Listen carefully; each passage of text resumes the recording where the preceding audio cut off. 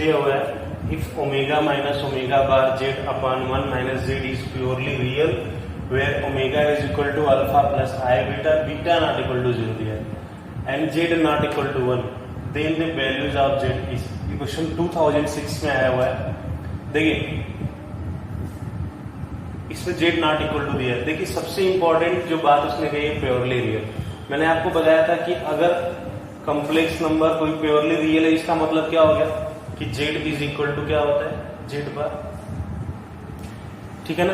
Purely real का condition क्या होता है Z is equal to Z bar, ये आपके प्योरली रियल का कंडीशन होता है, आपको बताया गया है। तो देखिए अगर हम इसको जेड मानते हैं सपोज करिए, तो Z is equal to Z bar वाला कंसेप्ट यहाँ पे लगेगा।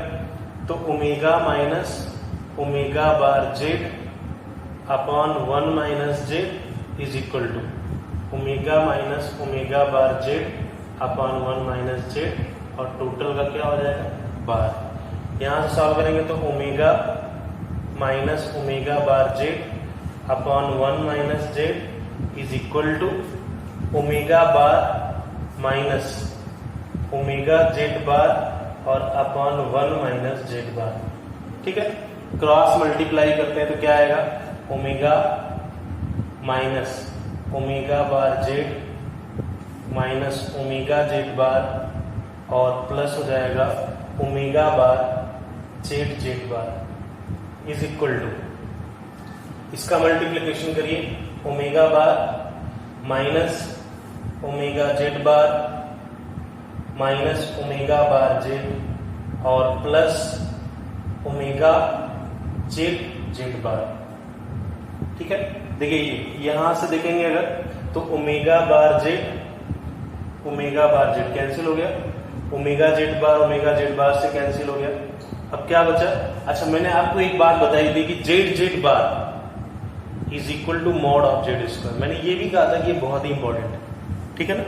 तो ये कंसेप्ट याद रखिए, जहां पे जेड जेड बार है उसको हम क्या लिखेंगे मॉड ऑफ जेड स्क्वायर।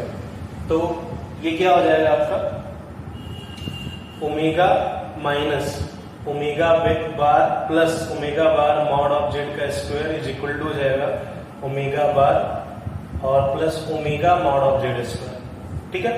यहां से क्या करते हैं सबको एक सेम साइड लेके आते हैं तो ओमेगा माइनस ओमेगा बार और देखिए माइनस अगर हम कॉमन ले लें तो यहां पे आ जाएगा आपका mod of Z square omega minus omega bar equal to 0 हो गया, यानी omega minus omega bar into 1 minus mod of Z square is equal to 0।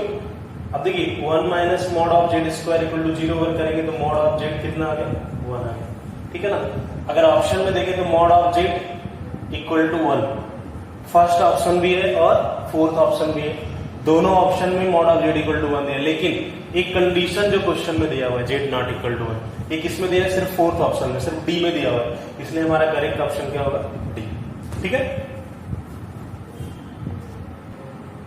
देखिए ये प्योरली रियल है, प्योरली रियल का condition Z equal to Z bar हो गया। यहाँ पे अगर इसको हम पूरे को जेड मानते हैं तो Z equal to Z bar, ठीक है। फिर क्रॉस मल्टीप्लाई करेंगे, क्रॉस मल्टीप्लीकेशन के बाद आपका ये आएगा दोनों साइड कैंसिल हो गया और फिर हमने क्या किया ओमेगा माइनस ओमेगा बार दोनों में से कॉमन लिया, ये कंडीशन है तो mod of Z equal to 1 है, ठीक है। ये आपका आंसर, ये क्वेश्चन है, ये क्वेश्चन 2015 में आया हुआ है। कह रहा है कि a complex number Z is said to be unimodular. देखिए कॉम्प्लेक्स नंबर जेड क्या है यूनिमॉड्यूलर है, मतलब mod of Z equal to 1 question में दिया हुआ है। Suppose Z1 and Z2 are complex numbers such that this is unimodular, यानी कि ये इसको भी क्या बोल रहा है unimodular, and Z2 is not unimodular, then the point lies Z1 lies on। ये क्वेश्चन दिया हुआ है, ठीक है ना। देखिए पहले इसका एक अगर हम ऑब्जेक्टिव क्वेश्चन को सॉल्व करना चाहते हैं तो इसका एक सिंपल सा तरीका क्या है, इसने बोला है कि Z2 is not unimodular, यानी कि Z2 यूनिमॉड्यूलर नहीं है, यानी mod of Z2 is not equal to 1 दिया। तो इसका मतलब हम ये तो बोल सकते हैं ना कि Z2 इक्वल टू 0 हो सकता है। अगर Z2 को हम 0 ले लें तो क्या आ जाएगा ये क्वेश्चन, देखिए Z1 minus 2 Z2 upon 2 minus Z1 Z2 बार, ठीक है ना, का मॉड इज इक्वल टू कितना आ गया 0। तो हम यहाँ पे क्या करते हैं, Z2 को 0 होते हैं, ये 0 हो जाएगा, ये 0 हो जाएगा, तो mod of Z1 is equal to 2, ठीक है। तो हम डायरेक्ट क्या बोल सकते हैं, एक सर्कल है जिसका रेडियस कितना है 2। तो आप इस क्वेश्चन को एक ऑब्जेक्टिव अप्रोच है, जल्दी से करने का एक तरीका है, ऐसे कर सकते हैं आप, ठीक है ना। ये मेथड नहीं है, पर आप एक ऑब्जेक्टिव क्वेश्चंस को जल्दी सॉल्व करना है तो एक यहाँ पे ये अप्रोच लगा सकते हैं कि Z2 को अगर यूनिमॉड्यूलर नहीं तो अपन 0 रख दिए तो एक आंसर ही आ सकता है, ठीक है ना। तो आप इसको सार ट्रिक भी समझ सकते हैं और इसको जल्दी लगाने का तरीका भी समझ सकते हैं। वैसे अगर बाय मेथड अगर हम सॉल्व करें तो कैसे सॉल्व करेंगे, देखिए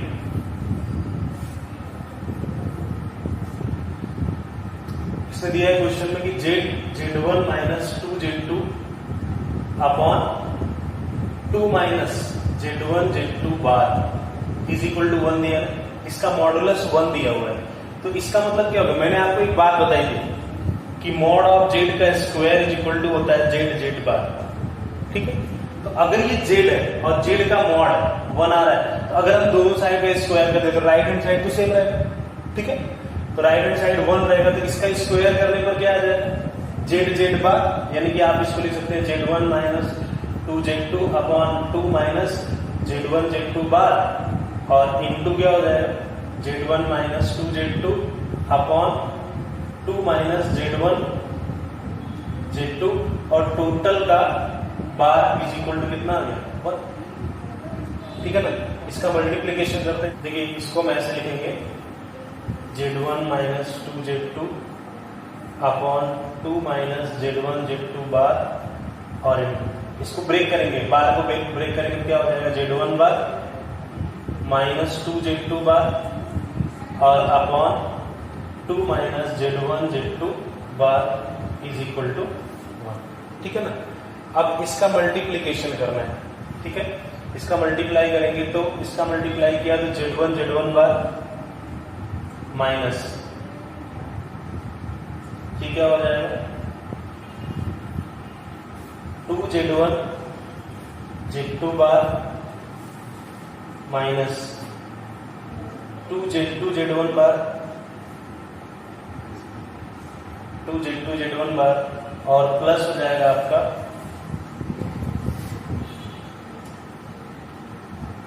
प्लस हो जाएगा 4 Z2 Z2 बार,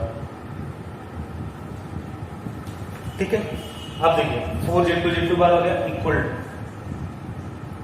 डिनोमिनेटर को मल्टीप्लाई करिए 4, और ये आपका आ गया माइनस 2 टाइम्स Z1 Z2 बार,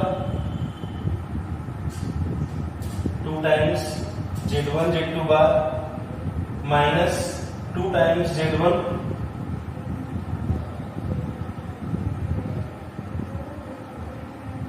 ये Z1 बार Z2 रहेगा, ठीक है ना।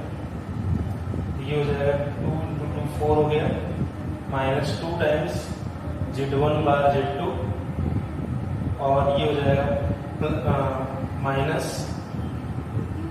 2 टाइम्स Z1 Z2 बार Z1 Z2 बार, और प्लस हो जाएगा आपका, कैंसिल हो गया और ये भी कैंसिल हो गया, तो आपका क्या बचा मॉड ऑफ Z1 स्क्वायर, और plus 4 times mod of Z2 square is equal to 4 plus mod of Z1 square mod of Z2 square, ठीक है ना।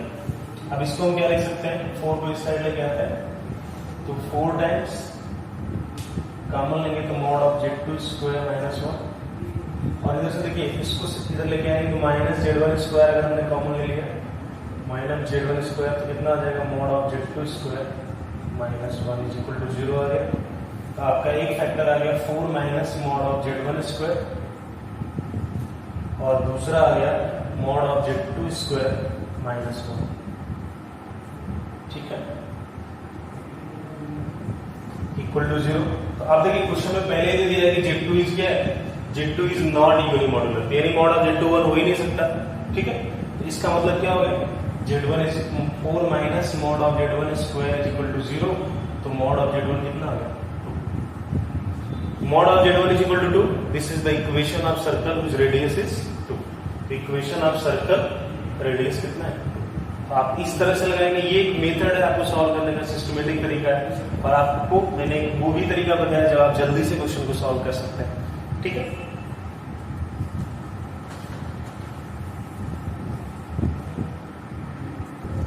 देखिए क्वेश्चन दिया हुआ है कि Z1 and Z2 are two non-zero complex numbers such that mod of Z1 plus Z2 is equal to mod of Z1 plus mod of Z2. ठीक है ना.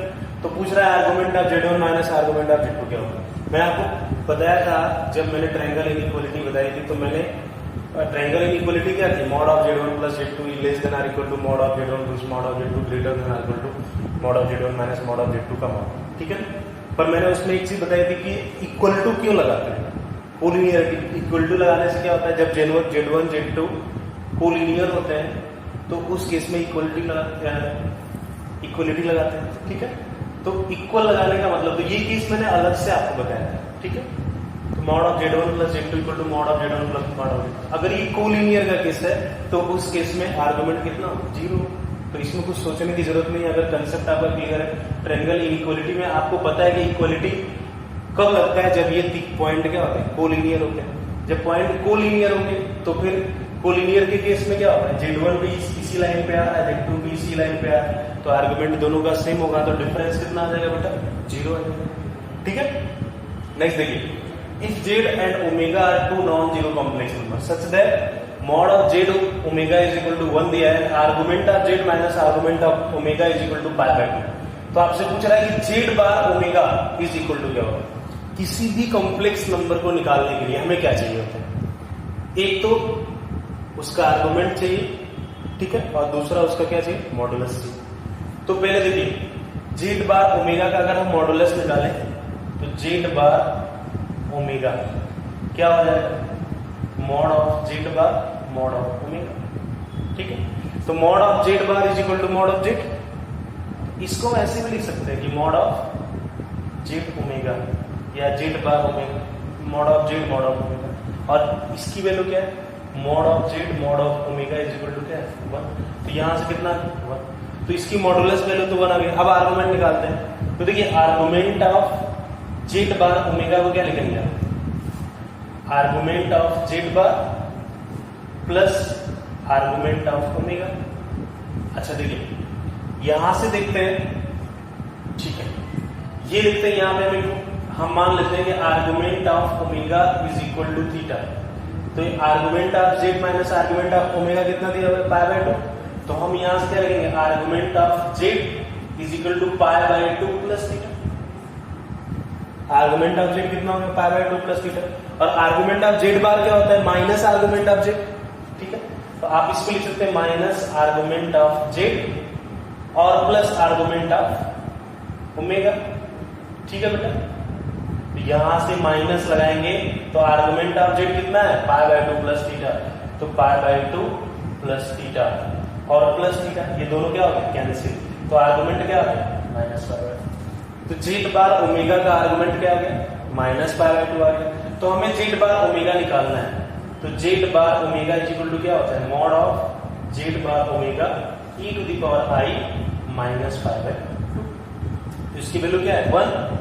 और ये कितना हो जाएगा? i माइनस पाई बाय 2 कितना होता है? Cos of minus pi by 2 और plus i sine of minus pi by 2. तो वैल्यू कितनी आ गई बेटा? Minus i. तो इसका करेक्ट आंसर क्या होगा? डी ऑप्शन होगा. ठीक है. मैं फिर से आपको एक बार समझाता हूं. आप ध्यान दीजिए कि किसी भी कॉम्प्लेक्स नंबर को निकालने के लिए क्या चाहिए? भाई हम लिखते हैं ना Z is equal to r e to the power i theta. ये कैसे लिखेंगे? हमें r क्या होता है? Mod of Z. तो हमें उस कॉम्प्लेक्स नंबर का मॉडुलस वैल्यू चाहिए और आर्गुमेंट चाहिए. अगर ये दोनों चीज पता चल गया तो कॉम्प्लेक्स नंबर निकल जाएगा. ठीक है. तो हमें क्या है? एक कंडीशन यहां से दिया हुआ है, तो हम यहां से आर्गुमेंट ऑफ Z निकाल लिए, पाई बाय 2 प्लस थीटा आ गया, क्योंकि हमने इसको क्या माना है? इसको थीटा माना है. इधर आएगा तो पाई बाय 2 प्लस थीटा. और देखिए, आपको पहले ही बताया गया है कि मॉड ऑफ Z और मॉड ऑफ Z बार दोनों की वैल्यू क्या होती है? सेम होती है. दोनों का मॉडुलस सेम होता है, Z और Z बार का. तो उस केस में क्या होगा? Z ओमेगा का मॉड की वैल्यू जो आ रही है वही क्या है? Z बार ओमेगा की वैल्यू. ठीक है. आप यहाँ से देख सकते हैं इसका आर्गुमेंट निकालना है, आप यहाँ निकाल लो argument of Z bar plus argument of omega, इसको आप माइनस आर्गुमेंट ऑफ जेड लिख सकते हो, और इसकी वैल्यू हमने आर्गुमेंट ऑफ जेड की यहाँ पे निकाली पाई बाय 2 प्लस थीटा, यहाँ पे सब्स्टिट्यूट कर दो तो आर्गुमेंट कितना आ गया जेड बार ओमेगा का पाई बाय 2, ठीक है। तो ये माइनस पाई बाय 2 आ गया, तो आप इसको डायरेक्ट फार्मूला में रख दो और आ जाएगा। अच्छा दूसरी चीज और, एक चीज और आप समझ सकते हैं, देखिए जेड और जेड बार, ठीक है ना, ये अपोजिट क्वाड्रेंट में होते हैं, ये फर्स्ट क्वाड्रेंट में अगर जेड होता है तो जेड बार क्या होता है फोर्थ क्वाड्रेंट, तो दोनों में डिफरेंस एंगल का कितना होगा 90 डिग्री का, ये आप डायरेक्ट भी आप अप्रोच लगा सकते हैं, ठीक है ना। चलिए तो इस तरह से क्वेश्चन देखिए, क्वेश्चन दिया हुआ है कि if mod of Z minus i less than or equal to 2 Z one equal to this then the maximum value of i Z plus Z one. पहले इसका डायग्राम बनाते हैं, देखिए कुछ इस तरह से बनेगा और ये पॉइंट 0 1 आएगा, इसका रेडियस कितना है 2, ठीक है ना। अब ये किसका हो गया जेड माइनस आई, क्योंकि रियल पार्ट में है नहीं तो इमेजिनरी एक्सिस पे बनेगा, ठीक है। चलिए ये क्या बोल रहा है कि आई जेड प्लस जेड वन, इसकी मैक्सिमम वैल्यू निकालनी है।